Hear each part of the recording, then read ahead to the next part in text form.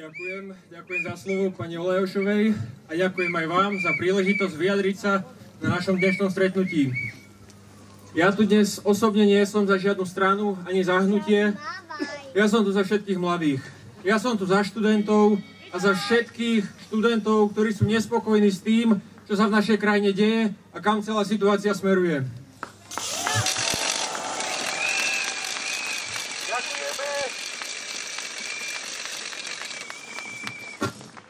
A presne z toho dôvodu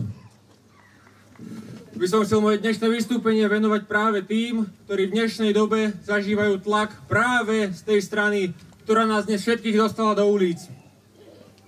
Pretože na rovinu si povedzme, nezaslúžia si to. Nezaslúžia si byť šikanovaní z tejto istej strany. Zo strany sa prezrieť za dôchodcov. To nie je šírenie nenávisti. Ani prejaviť svoj názor a nejakému politikovi odmietnúť podať ruku. Ani to nie je šírenie nenávisti.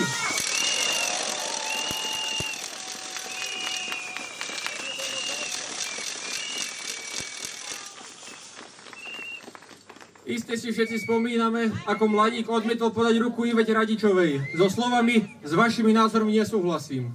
Ale vtedy sa nezdialo ani zďaleka to, čo sa deje dnes. Nikto vtedy nevyzýval na jeho prefackanie. A nikto ho neprenasledoval po škole s kamerou.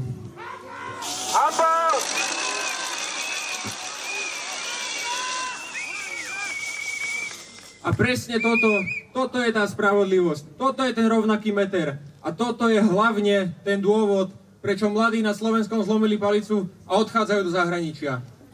Áno, pravda je, ja tu ostávam. Ale osobne z môjho okolia, z mojich vrstevníkov poznám nespočet, ktorí sa riadia heslom, čo najskôr odtiaľto preč. Bohužiaľ, áno, pravda.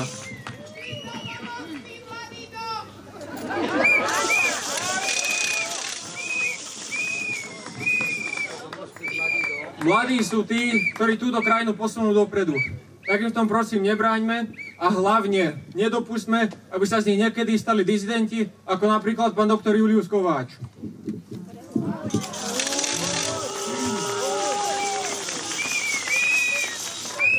Na rovinu si povedzme, situácia je vážna a naša jediná možnosť je, že sa spojíme. Spojíme sa za budúcnosť a spojíme sa za mladých.